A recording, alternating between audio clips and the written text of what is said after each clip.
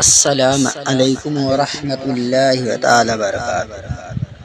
الحمد للہ رب العالمین والعاقبۃ للمتقین والصلاة والسلام علی سید المرسلین ونحن علی ذلک لمن الشاہدین والشاکرین والحمد للہ رب العالمین۔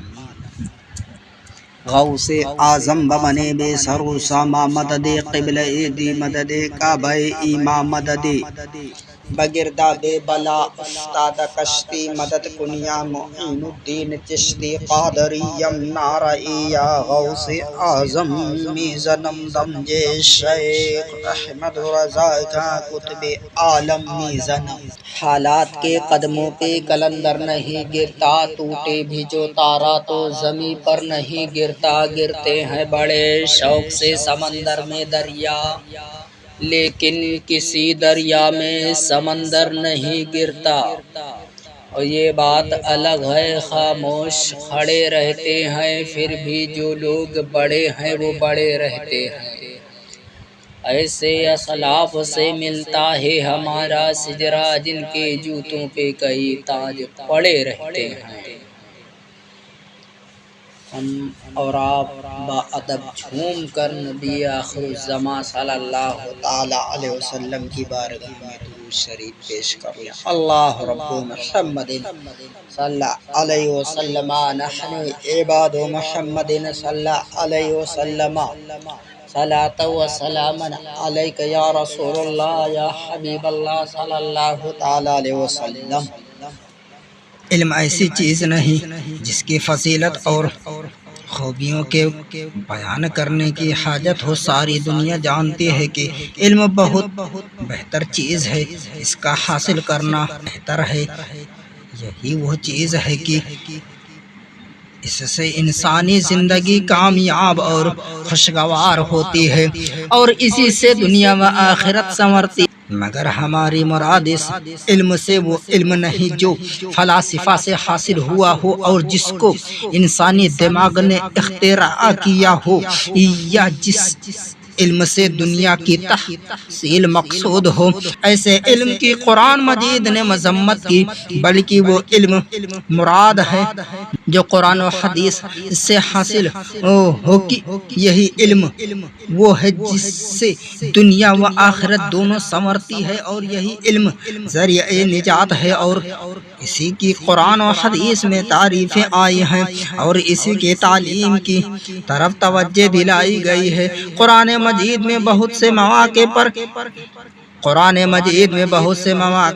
پر اس کی خوبیاں صراحتاً یا اشارتاً بیان فرمائی گئی ہیں۔ چنانچہ اللہ تعالیٰ ارشاد فرماتا ہے، انما یخشی اللہ من عبادہ العلماء، اللہ سے اس کے بندوں میں وہی ڈرتے ہیں جو علم والے ہیں۔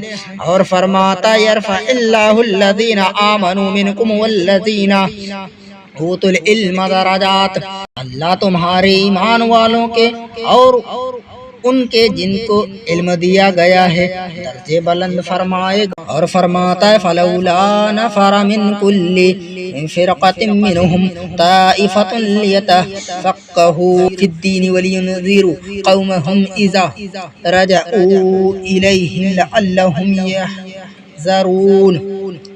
کیوں نہ ہوا کہ ان کے ہر گروہ میں سے ایک جماعت نکلے کہ دین کی سمجھ حاصل کرے اور واپس آ کر اپنی قوم کو ڈر سنائے، اس امید پر کہ وہ بچیں۔ اور فرماتا ہے قل هل يستوي الذين يعلمون والذين لا يعلمون انما يتذكر اولو الالباب، تم فرماؤ کیا جاننے والے اور انجان برابر ہیں؟ نصیحت تو وہی مانتے ہیں جو عقل والے ہیں۔ علم کے فضائل میں حدیثیں بہت آئی ہیں، چنانچہ کچھ حدیثیں ذکر کرتا ہوں۔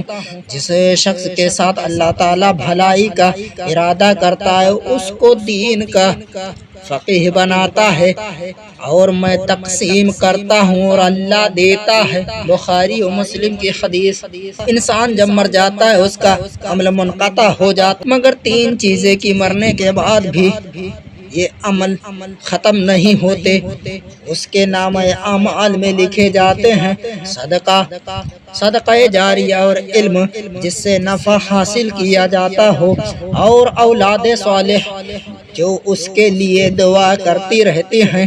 مسلم کی حدیث، جو شخص کسی راستہ پر علم کی طلب میں چلے، اللہ تعالیٰ اس کے لیے جنت کا راستہ آسان کر دے گا۔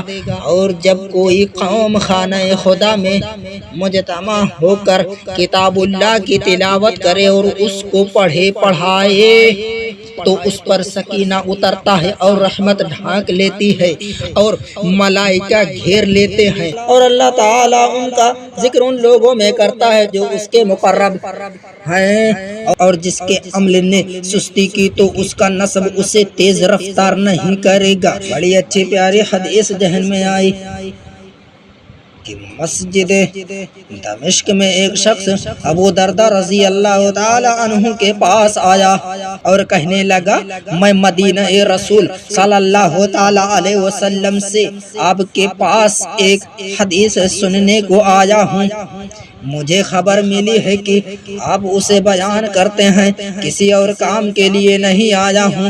حضرت ابو درداء رضی اللہ تعالی عنہ نے فرمایا کہ میں نے رسول کریم صلی اللہ تعالی علیہ وسلم کو یہ فرماتے سنا ہے کہ